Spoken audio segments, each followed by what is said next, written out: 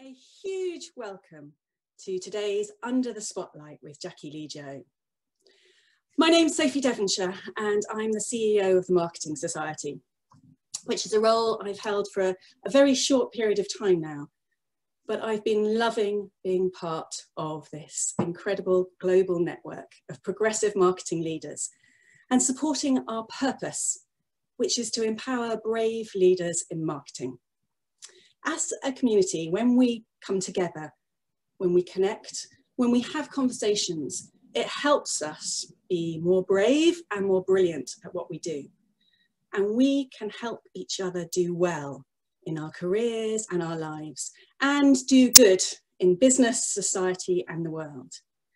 And today's session is a great example of how we love to share the stories and the insights and the experiences of those people who've made an impact, to help inspire others to take action or to think differently. I'm so delighted to be hosting this Under the Spotlight session. It's a little bit different the way we do our Under the Spotlight sessions. No PowerPoint, no slides, just a straightforward, honest, open, unprepared, informal chat with people about their lives and their experiences and what they think about marketing and its role. So I'd like to introduce you in a second to our amazing speaker. But first of all, I want to say a proper hello and thank you to everybody who's dialing in today. One of the hardest things about doing this is that I'd really love to be able to see you all and have a chat with everybody individually, and we can't do it in this way. But it'd be great if you would come and say hello to us on the chat. I'd like to hear where you're dialing in from. And I'd also like to ask a question. One of the things that's been on everybody's mind at the moment is the fact that we are reaching the final third of this crazy year. And there's a little bit of a back to school feeling. And I'm just wondering, for you sitting at home, zooming in around this, would you tell me, what's your goal for the rest of 2020? What are you going to try and achieve in the last part of this crazy bonkers year? I'd love to hear from you. Come on to chat. Let's check the chat function is working. You will be able to use the chat to comment all the way through, and we'd love you to do that, please. There's also a Q&A function. So if you've got questions for Jackie that you'd like to pose, we will have time at the end to ask a few questions of her, as well as she and I chatting in the early part of it all. So let's have a look, see where everybody's dialing in from today. Morning, Thomas. Hello, Linda. Great to see everybody dialing in. Where are you coming in from today? Come and tell us on chat. Come and say hello, come and connect. It's really nice to hear from you. No, we're not alone. Excellent. Simon, good luck with setting up your consultancy business this year. What a great time to start something new. And Dunblane, Amanda, hi. Oh, we've got people coming in, lots of people from Scotland, of course, our brilliant Scottish community. Last goal, oh, I love this, is to remain positive, regardless of how things go. Yeah, we still don't know what's going to happen. And Nicola, thrive. What a great objective for the end of this year. Rebuilding relationships that have struggled over the lockdown period. Yeah, I think we've definitely started off thinking this is a short sprint of time and we'd catch up with people afterwards. And now it's turning into a marathon. We've got to find ways of connecting as well. Goal, Carol, to be safe, healthy and happy. Great. And planning a strong start for 2021. Oh, by the way, we have got an event coming up soon, which will be of interest to anybody who's currently working out what on earth they're going to do in 2021.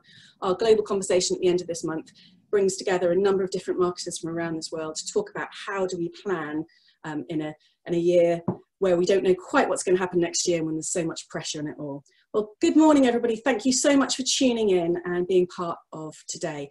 Don't forget to keep commenting as we go. We'd love to hear from you. And please do put any questions you have on the chat. So now I would like to introduce you to our wonderful speaker today.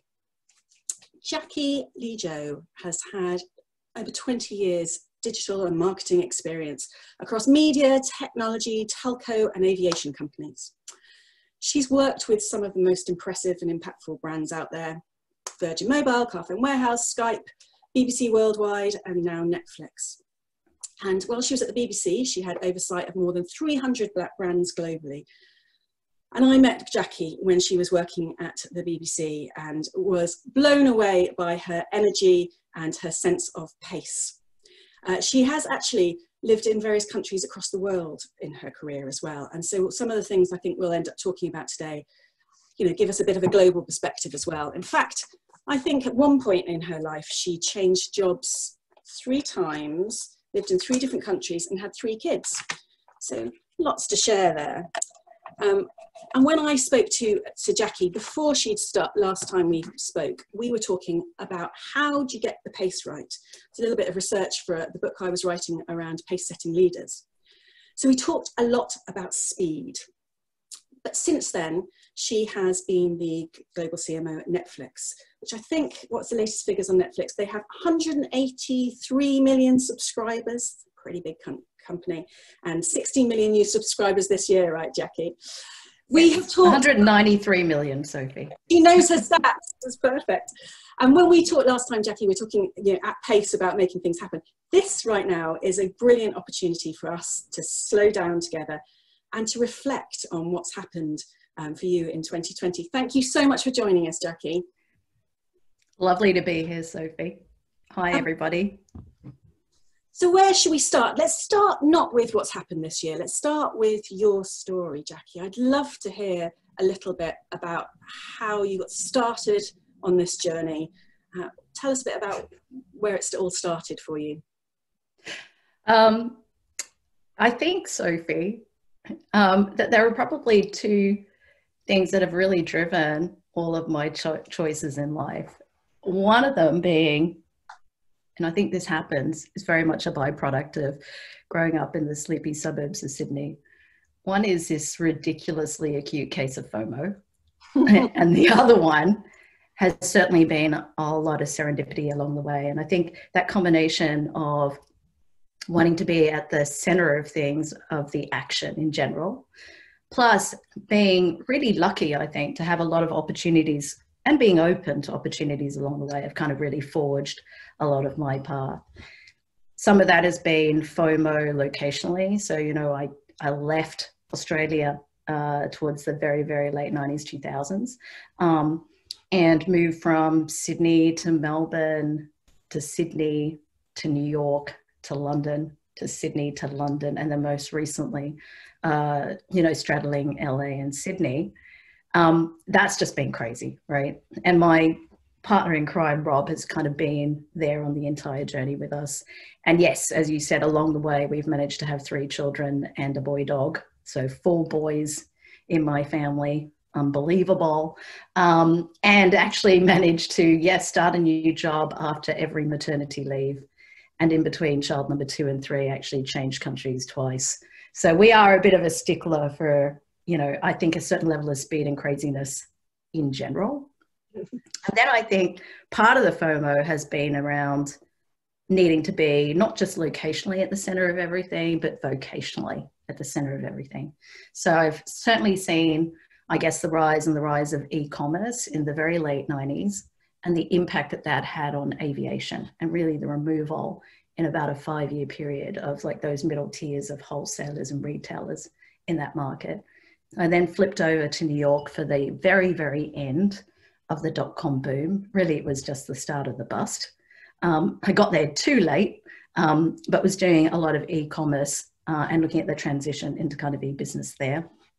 And then I kind of kept the party going on by flipping over to Europe to join Orange, and really got to see those early days of the rise and mobility, first in Europe and then in the world, and realizing that promise around mobile, which was, really around people, time, places, and payment, and all that could bring.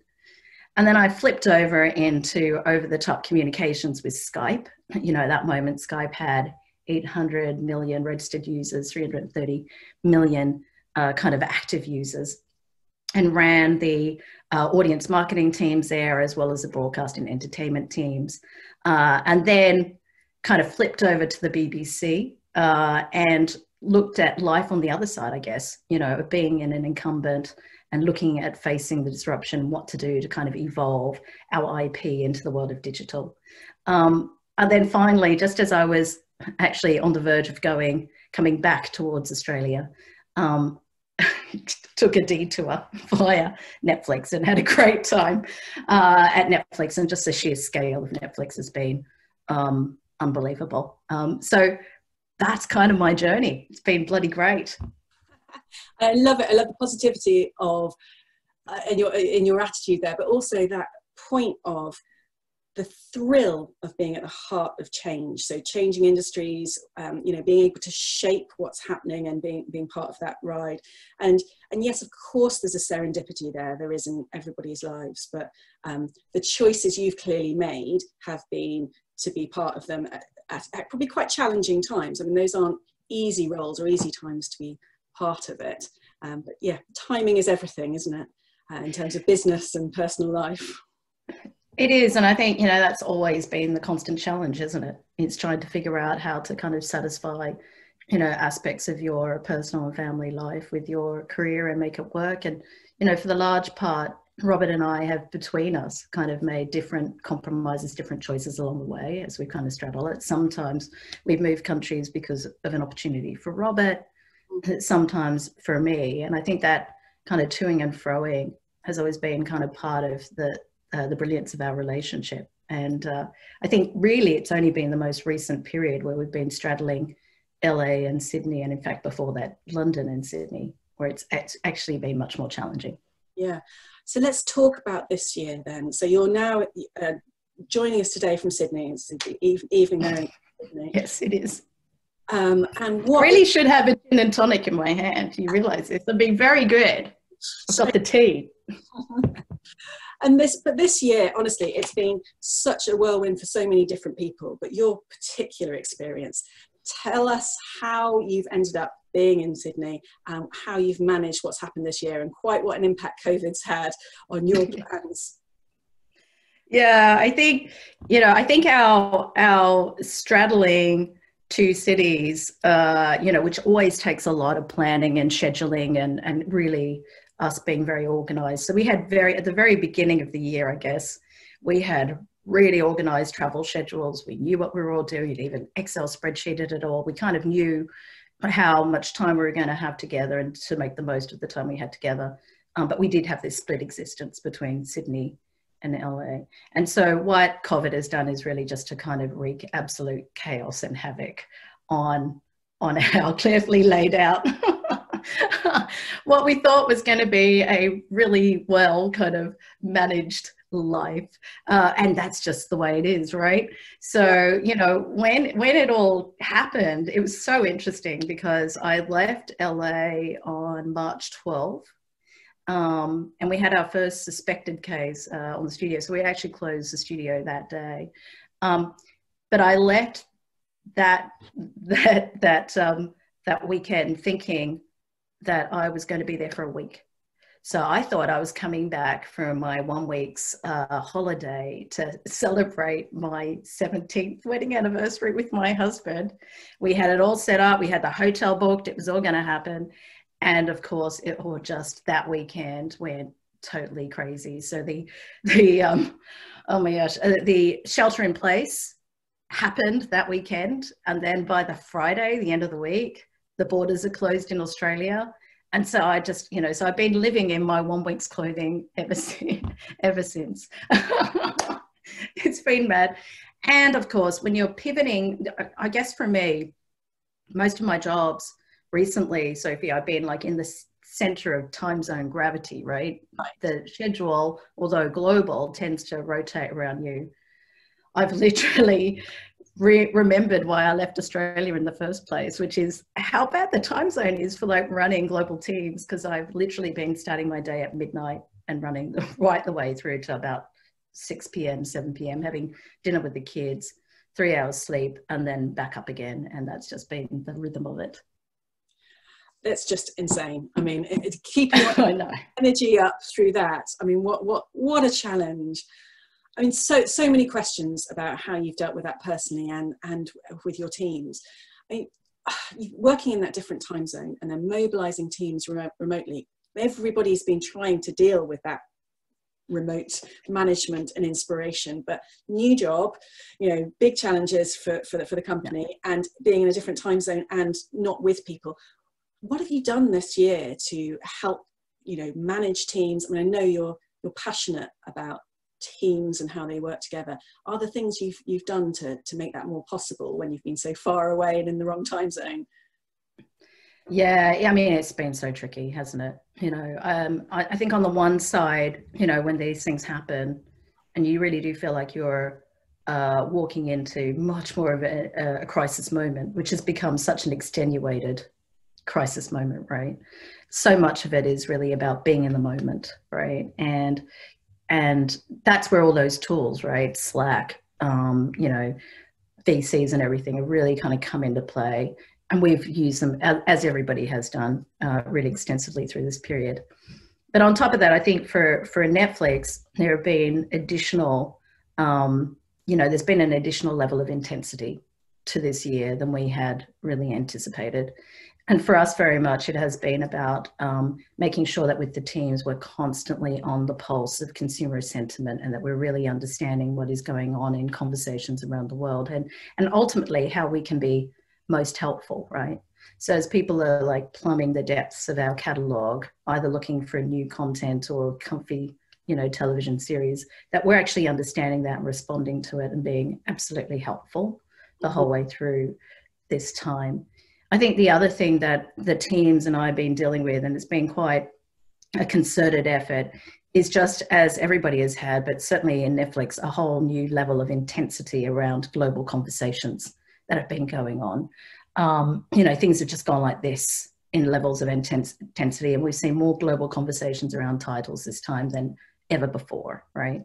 And it is really just at a time like this, people just need to feel like they're part of a moment, you know, that they're sharing in the zeitgeist. And so we're seeing these things trend much more intensively, and we've been riding that, and we've clearly had to bring energy into the team in terms of kind of experimenting and innovating with that.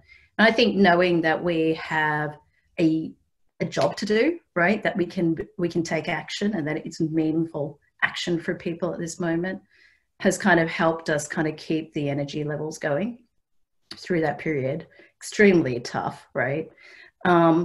And then I think the other thing that we've really thought about is, I came into the year thinking that we were going to have different levels of growth around the world, and that I was going to be seeing kind of new growth in certain markets and maturing growth in other markets. Clearly, we've had the tailwinds of COVID, and so we've pivoted to looking at opportunities to address needs of audiences that really up until now were not open to our signals, right, or are not interested in our programming. So, you know, with the gap in sports programming, we've been able to come out with Formula One, Drive to Survive, and The Last Dance, and really kind of cater for audiences, you know, that have been desperately missing their sports content.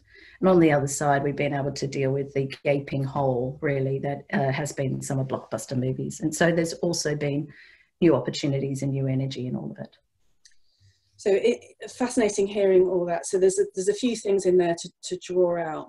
That ability to keep your decision making and your responsiveness clear by being as close as possible to the consumer pulse all the way through. Sounds like it's been absolutely critical. For the teams, keeping the energy up. Has been. Yeah, and so the teams feeling like they can take action and that they can do something about it, and that they're part of something that will help, and part of a moment and a movement. That human understanding of the customer, but also the teams, and connecting that up. We've been closest to it, you know, Sophie, that's the thing. It's been so visceral, like a lot of responses going on around the world, you know, that it's been so critical. Like even when you start consumer sentiment tracking around a particular title, day upon day, week upon week, you're actually seeing a different, you know, type of conversation go on. It's really fascinating to kind of see where conversations have been leading on some of the key titles. But critical for both those things to make sure that the technology tracks both that and also enables your own global conversations and team conversations. You know, it makes such a difference to have that right technology in place. You absolutely need it. Yeah, and tools like Slack, because quite frankly, I think conversations on what we might have considered local titles have trended globally much faster than we expected. So, you know, sometimes in the planning of it, you think, oh, well, this is a local title. It's not being designated a global title. It becomes a global title. And then you've got to make sure that all of the teams working on social around the world are absolutely connected and seeing the trending and seeing the conversation, able to kind of understand what's going on there and anticipate what might come through as it comes into market. Yeah, but being set up to move as fast as possible. And it sounds like you've got that going. I'm conscious that right across your career, your skills have been very much linked to looking at brands from that global perspective. I mean, taking that Netflix model, rolling it out across the globe, what else do you think is important for somebody who's a global marketer, you know, especially in such changing times? What's been important to you? I think one thing that I've spent a lot of time on this year has been looking at our brand and making sure that we are developing out a brand narrative that feels universal. It feels like it can be applied right around the world. And it was the one thing as I kind of came into Netflix that hadn't really been focused on at all, in fact. And you know, in a world, particularly in the world that we're about to walk into, where Disney Plus was coming into market, HBO Max was coming into market, we had the start of Peacock, you know, many more players. That kind of old scenario where it used to be us against Amazon Prime, against Hulu, which were all over the top new players, that was going to become null and void, right? You were up against players in market that had had generations upon generations of kind of deep set emotional connection with audiences, right? And so one thing that I've spent a lot of time on really is to look at what is that universal positioning for Netflix and how can it kind of tie into its strengths and remind people about what it is they love about Netflix, and to be able to kind of put a pin on some of that thinking. And when we look at that, you know, we're looking at as a global proposition. So it has to be tested in market. We've got to be able to iterate with that thinking and evolve it. Even in the brand campaign work, which we've literally just been released a couple of weeks ago, you know, the translation of One Story Away is not straightforward. So, you know, being able to understand all of that, build out a brand platform that can be adapted no matter what stage of market development you are in, centered on kind of human truths around understanding how that richness, that plethora of Netflix stories can really cater for the multifaceted nature of me, right? And I had a quote that I kind of came in with, which is Walt Whitman's quote, "I am large, I contain multitudes." So, you know, that notion that I have many facets of me, and in that I inhabit many story worlds. And there are moments where my story world will connect with your story world. And in that connection, we kind of form a bond. That coupled with Eric having this kind of line in his head, kicking around for a couple of years, only one story away, all tied together. And I think the other strength of Netflix globally is its compelling combination of the product and of the shows. Mm-hmm. And so when we fuse that together, you want to recognize both of its strengths, because that is actually what sets it apart. And so we were very keen to make sure that we put some brand equity into our product feature set as well. And of course, the play bar is the perfect metaphor for the journey. So this notion of me to we, right, of watching to seeing, these are all kind of aspects of the brand platform, and they are wholly universal, Sophie, and we know that. And it's been rolled out therefore in 27 countries and localized, because it all, you know, everything we do now has to feel like we're of the world, right? It's an incredibly exciting campaign, and the idea of stories behind it all generally, you know, that universal global insight, it's incredible. I'm interested to hear a bit more about how easy it was to make that happen and bring it together. And, you know, I'm conscious of quite how much you've achieved just in a short time. Yeah, try doing that in COVID. Frick, It's such a so you know what happens is you kind of set your strategy, and then you go do the band tour around the world, which we did at the beginning of the year, and then COVID hits, and you kind of go. And you know, we at Netflix, we'd never done a global campaign like this before, and we'd certainly never done a brand campaign before, right? And you know, you have to own it at that moment. You've got to go, okay, we're going to go. And so, you know, part of what's kept us energized is the excitement of that. Mm-hmm. But we have done brainstorming, we've done all the creative work, and we had to do our insights testing, we had to pitch agencies, we had to select an agency, we had to kind of work for the first time really as a creative collective. So many firsts to do in a time like this. Really difficult. In fact, I kind of figure now that I've done an entire brand strategy in COVID, can do almost anything, because it's just been crazy. I mean, try being on for creative, because you know, AKQA, the lead kind of team working on it, they had connected you know, hubs across Japan and, you know, Germany and all over the world, but the core hub was in Sao Paulo, and so I was doing 2 a.m. 3 a.m. creative meetings. No. Bloody hell. Anyway, it was all good. It's out. I can celebrate. Brilliant. But there's a brilliant point there about, you know, we know that resilience is built through those type of experiences. And that's right. Something like that. So as you're reflecting on your time at Netflix, you know, was that the hardest part of it? You know, what was the hardest part for you of your time at Netflix, and what was the best? I think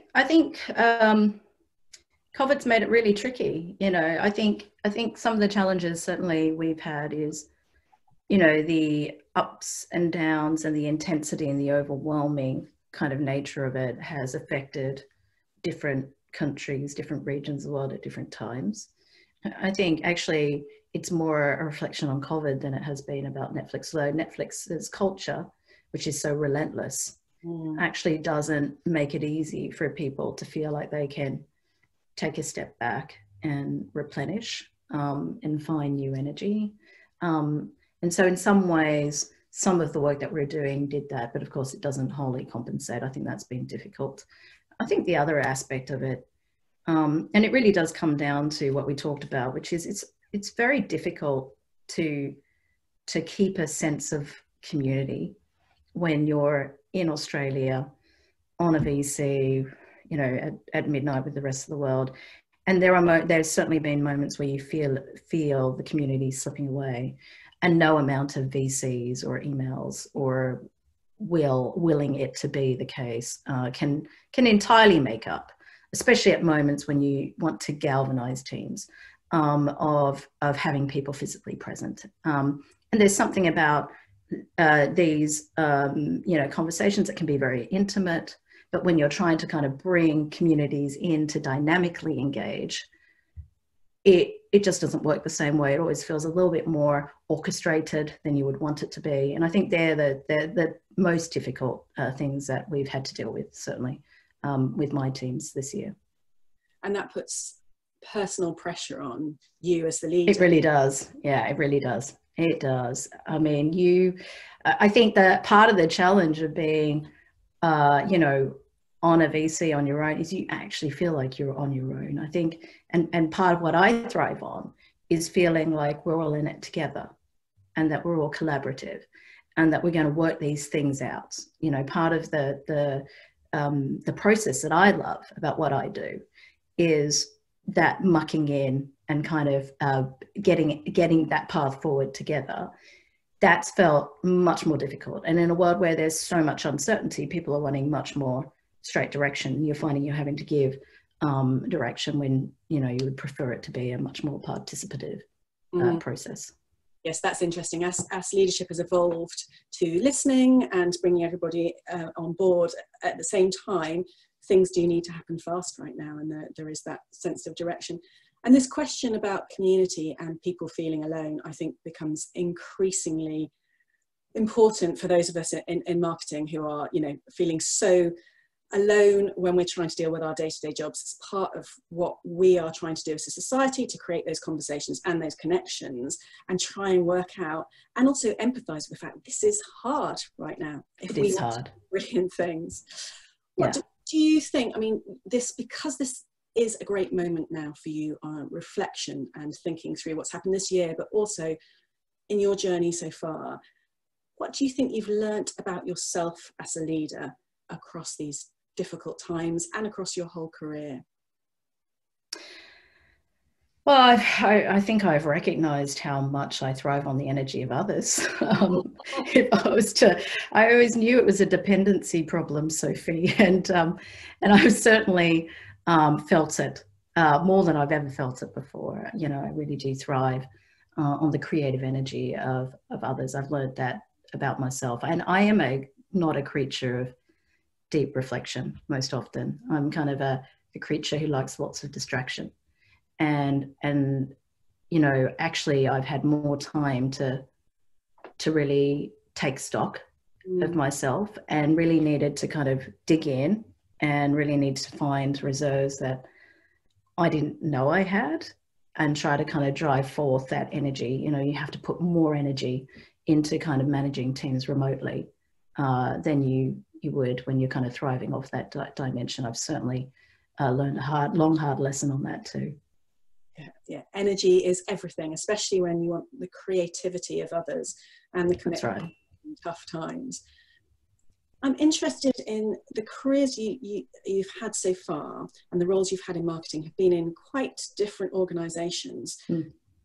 But across them all, how have you tried to keep marketing relevant? You know, what is it for you that's been very important in making sure the leadership in the organisation and everybody inside that organisation can see the true value of marketing and what role it plays in the business? Well, I think marketing has a lot of strengths, and you know, a lot of it has been about thinking about, you know, how do you take those combined strengths and continue to kind of hold the flag and continue to push forward.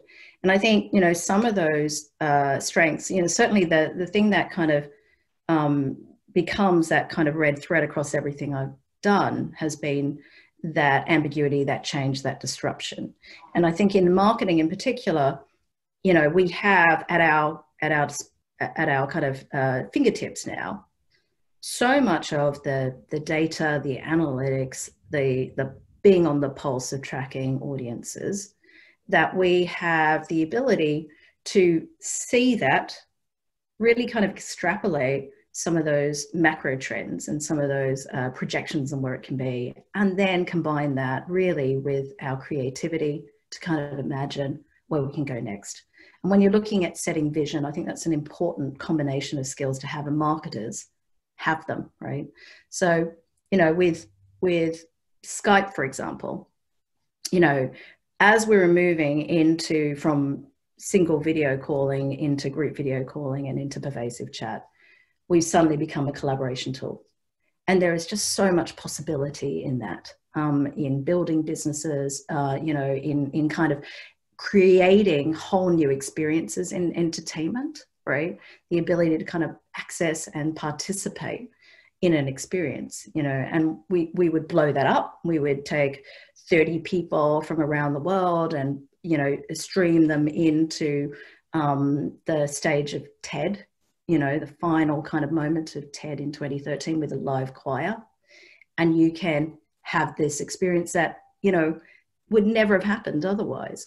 You can imagine, you know, whole new ways of co-creating experiences with Marvel, which we did, right? Which was to enable participants to partake in, you know, global press tours, but also to set up massive jumbotrons on the red carpet of like Iron Man 2 or Avengers 2, and link them to children's hospitals, or link them to, you know, from El Capitan in LA to, you know, Madison Square Park in New York, or with army bases. There are so many ways of being able to imagine those experiences and bring them to life. And I think that's something that marketeers have in spades, is that combination.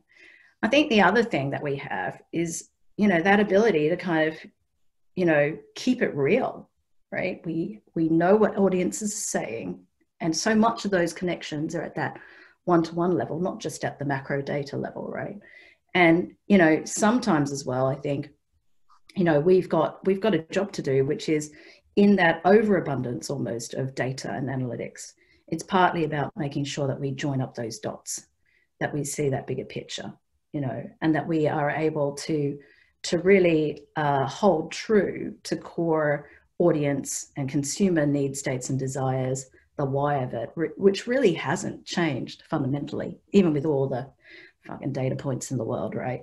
And then I think the other way in which certainly I think I've been able to keep marketing successful is maybe in working across so many industries and actually doing slightly different problems every time, and having a broader mix of acquisition marketing on the one side through to kind of brand and product marketing on the other, is that it makes you multilingual. And in a world where you are working across more connected digital ecosystems or products than ever before, and in a world where you've got to, you know, rethink models and understand that what your brand is today may not be where your brand will be tomorrow, being able to kind of think about that and then translate that into customer management, into product, into, you know, content, you know, experiences. Those things are vitally important in taking a kind of a strategy and realizing it. Yeah, I mean, there's so much in there that I love.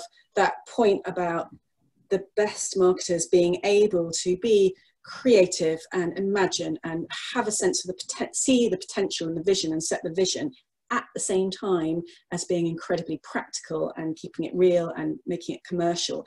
That the balance of that, together with the multilingual, taking everything and grounding it back in what the customer and the consumer fundamentally want. It's actually, when you put it like that, it's hard, but it's so really hard, but it's bloody awesome, isn't it? When it works, it's brilliant. It's brilliant. So what advice would you then offer other people right now who are going into quite complex businesses and wanting to just make sure that their marketing role is at the core of all that, and how they're going to deal with it? Well, a lot of what we talked about, but I think, you know, I think one of the challenges I've certainly had has been, you know, you've got many teams. You've got partner marketing teams, you've got content marketing teams, you've got, like, you know, acquisition and regional marketing teams and so forth. And the key for me has always been to try to ensure that you have cross-functional teams, that you are building integrated marketing teams, that although you might have various other objectives across each of the marketing functions, there are always going to be some core objectives that you need to kind of be playing for. And there is an art in the process of bringing those integrated teams together to kind of forge those plans and build out those shared goals. That will make it easier for at least marketing to understand what it's going for and be able to communicate it to the rest of the organization, right? Because each of those marketing teams will interface with slightly different areas of the org. You need to be so good at the internal communication. You do. You really do. Talking about the internal processes and getting people on board internally, I want to shift to something else that I know Netflix has been involved in this year in terms of making a statement on Black Lives Matter. Now, the response was very fast from Netflix, and often those kind of decisions internally can go through a huge approval process. How was it for Netflix, and how did it feel for you to be involved with that? Yeah, I think this is really where Reed's just written the book, where that culture of freedom and responsibility really comes into its own. And then on the flip side, a very inherent brand and culture that wholeheartedly believes that more people deserve to be seen on screen, right? And that there are underserved audiences out there that, you know, that have stories that we need to tell. And I think that combination, Sophie, made it quite easy for us actually to kind of pull that through. The other thing is, you know, on the content side, we were well placed, but also on the social side, we have a lot of channels that actually speak to that. So strong Black leads speak to that. We have Contorto, which is all about US Hispanic audiences. We have The Most, which is all about our LGBTQ plus audiences. So we are running the thread and tracking conversations the whole way through, and we're participating in them. And so, you know, those teams, those editorial teams in particular, were tracking it the whole way through from Memorial Weekend on. They flagged it, and, you know, they heavily recommended that this was the moment we needed to take a stand. And so my chief comms officer and myself, both of us, you know, it got flagged to us. And when you look at it and you're reading the moment and you're understanding where it's going, and you feel strength of confidence that your brand can stand and live up to it, then you can go. And so we went that day. Superb. I mean, that constant tracking and awareness of what's going on and listening to what's needed, but also then being structured for speed so you can be both responsive and responsible in that situation. Such an interesting thing to be part of. I'm acutely conscious, Jackie, that I've got a million, yes. And I want to be a bit more democratic, because I know there's some great questions already coming through on Q&A. What we'd like to invite everyone listening to do is please put your questions on Q&A, any more for Jackie. And if it's okay, what we'd love to do is invite those people who are asking those questions to come and show their faces as well. And I can see there's a few great questions in there already. Can I call perhaps on, let's go to Lindsay. Is being very positive about the brand campaign. Lindsay Dixon, are you there? Are you up for coming on and joining us and saying hello to Jackie and asking your question? Sure, hi. Hey, Lindsay. We can't see you. Oh, hello. Technology, good morning. Hi. Hi, good morning, guys. I'm really enjoying this morning, and thank you so much. It's been really insightful. Yeah, absolutely love the brand campaign. I actually shared it in one of our Slack chats the other day. We were all having a wee chat about it. And for me, the thing I just wanted to get from yourself was, what do you hope the impact is with your users? Like, what do you want your users to get from that brand campaign? What do you want them to walk away feeling once they've seen it? You know, I think the thing, Lindsay, is that a lot of what Netflix had centered some of its messaging on years ago was more around the algorithm and it being about my tastes and me and optimizing for me.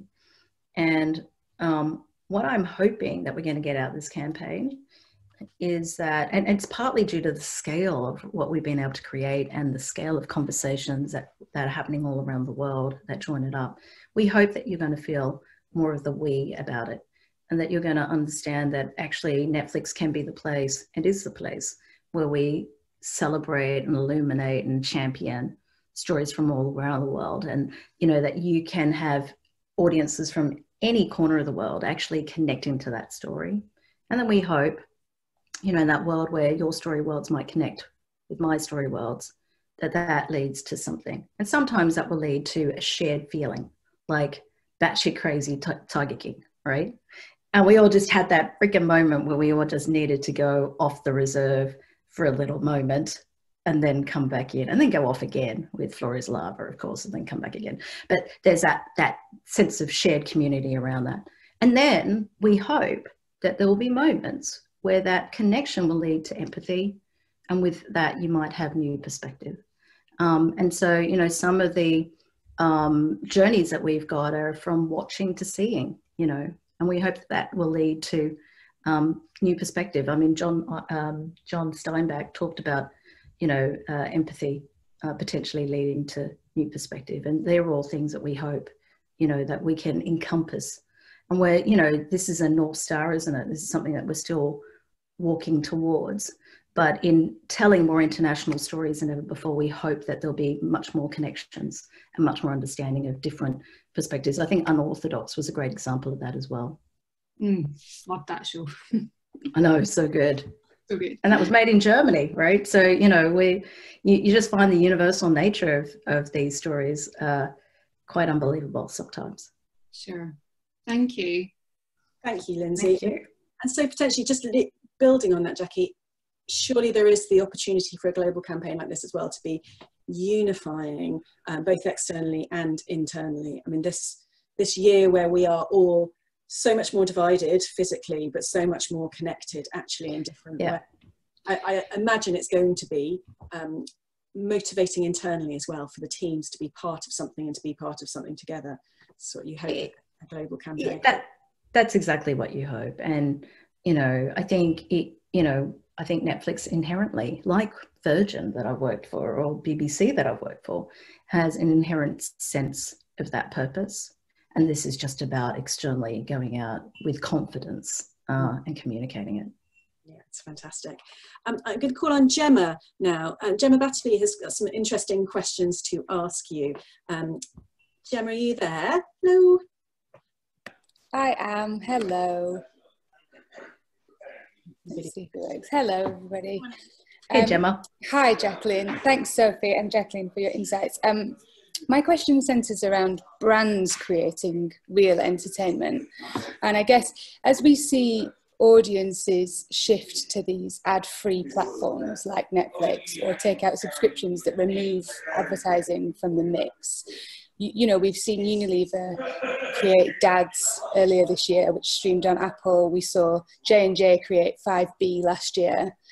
Do you think there's a trend coming now where brands are going to start to create real entertainment, not branded content, not long form ads, but true entertainment that really reaches these audiences globally?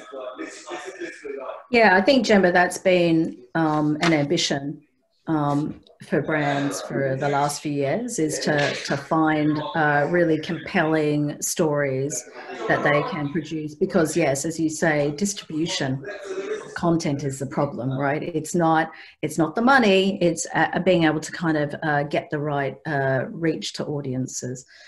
So yes, I'm expecting much more of it. It is a really tricky thing to do, right? Even just trying to find that sweet spot where you're creating entertaining you know, content for your own channels is challenging, let alone looking at creating that level of programming. But that is where it's going. Changing times, and it is interested to be part of that next wave. Thank you, Gemma.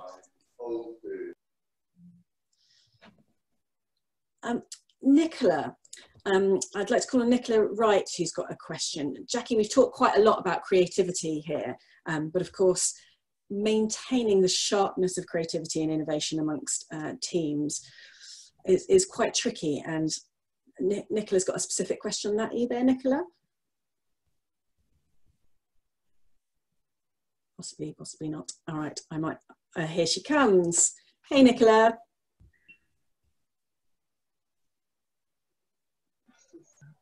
She's got a question about fast responses. Hey, Nicola. Sorry about that. I don't know what happened. I was kind of completely disappeared and got kicked out of the mind. Yes, so I had a couple of questions. One was to do particularly with kind of Zoom and that working on VCs. And one of the things I've noticed quite often happens in meetings, particularly like a big team meeting, is you get people obviously turn their camera off, and some of the time you're not even actually sure if they're there, and everybody goes on mute, and then they're kind of on the screens disappearing. How, obviously you've got the added challenge of a time zone, so I assume at least you don't have your kids potentially walking in the middle of your meeting. Oh, I disrupted my doggy's sleep schedule, Nicola. Really badly. How are you working to kind of try and keep everybody in? What sort of tricks have you been using for that? It has been really hard, Nicola. I mean, some of my necessarily when you've got a team of about 700, you can't even have them all on the call with you. You've got to do a Google Meet, and then you've got to live stream it out. So it's very difficult at that level of scale to be able to ensure that people are properly engaged. I think we have a number of things, like we always have live documents that people are, like, as we've gone through the brand work, people get pre-reads, they're exposed to it. It's that sort of culture at Netflix, where you get actually a lot of interaction of almost every other medium as well as on a VC. But, we had to be really conscious of how we would navigate our way through questions with teams at that size. And what was always more effective was when we broke it down into smaller working groups. And that's got to be done at, you know, at various levels. And then I'd have to join other groups that were more intimate so that you could have a more specific set of conversations. Otherwise you end up, when you've got teams that big, you end up with very general, you know, presentations or chats that don't get into the heart of really what your teams want to know, right? About what's going on with partner marketing in India or whatever the case might be. And so I think more than ever, you end up spending time having conversations at every level as much as you can to kind of keep that rhythm and that dialogue going. And then, as I said earlier, we had some shared sense of purpose, you know, one in terms of what we were doing to help our users around the world. And then the other one really around the brand campaign, and those things galvanized and gave us collective energy. And in particular, the brand work was so new that you had very engaged, you know, teams. So I think the challenge now will be keeping that up, as we all know, right? Through the course of the next, you know, it's an ultra marathon. And I think the challenge for us now is, because I was just talking to Sophie about whether she'd let up over the summer, and of course she hasn't, you know, and you kind of go, okay, well, this constancy, you know, how do we kind of let people replenish? That's really, really important now. And, you know, how do you creatively think about new ways to spark energy as well? I think that's a really enormous challenge. And I don't know what answers I've got for that. In fact, I myself am now going to try to decompress a little bit and wean myself off the Netflix drug. And I mean the Netflix work drug. That's before I get to the Netflix other drug, right? At least I don't have to watch shows endlessly now. I can like take it down a level. But I think those moments of quiet, those moments of pause are much more important now than I've ever given it credit for in the past. And allowing that for teams around the world is like vitally important. And this is a culture that doesn't really take a lot of time off, and we're under freedom responsibility. I can't even say go take a day off. I have to heavily recommend it. Yeah. Nicola, are you calling in from a particularly creative company? Are you looking at this yourself? So I work in insurance, so we're not famously creative, although the company I work for, you know, have always tried to be distinct and sort of be. We always describe ourselves as being in the category, but not of the category. So we've you know, consistently tried to kind of look for new ways of doing things.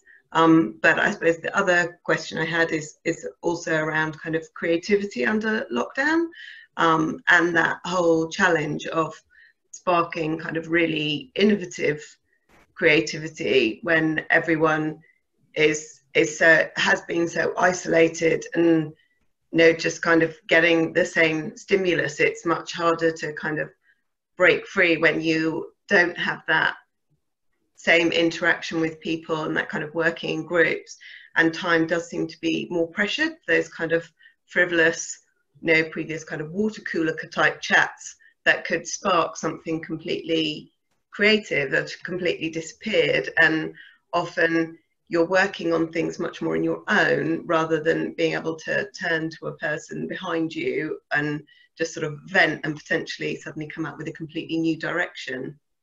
I love Jackie, one of Jackie's suggestions just there, which is linked to an answer to that. I think that idea of the small squads, the smaller teams, you know, generally you break out to break through, and creating those smaller teams maybe not only helps them be more creative, but helps them allow a bit more time to have connections. The bigger a group, the harder it is to have those side conversations.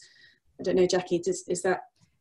Yeah, and I think, I mean, it's so freaking artificial, isn't it, Nicola, when you try to do happy hours and whatever, but we have desperately all tried to kind of find more relaxed ways of having conversations. But yes, the serendipitous moments when you're at the coffee machine, very difficult to replicate. So I think brainstorming sessions and all that, definitely way more difficult to do in this current environment. You just have to find work, as much as you can, workarounds.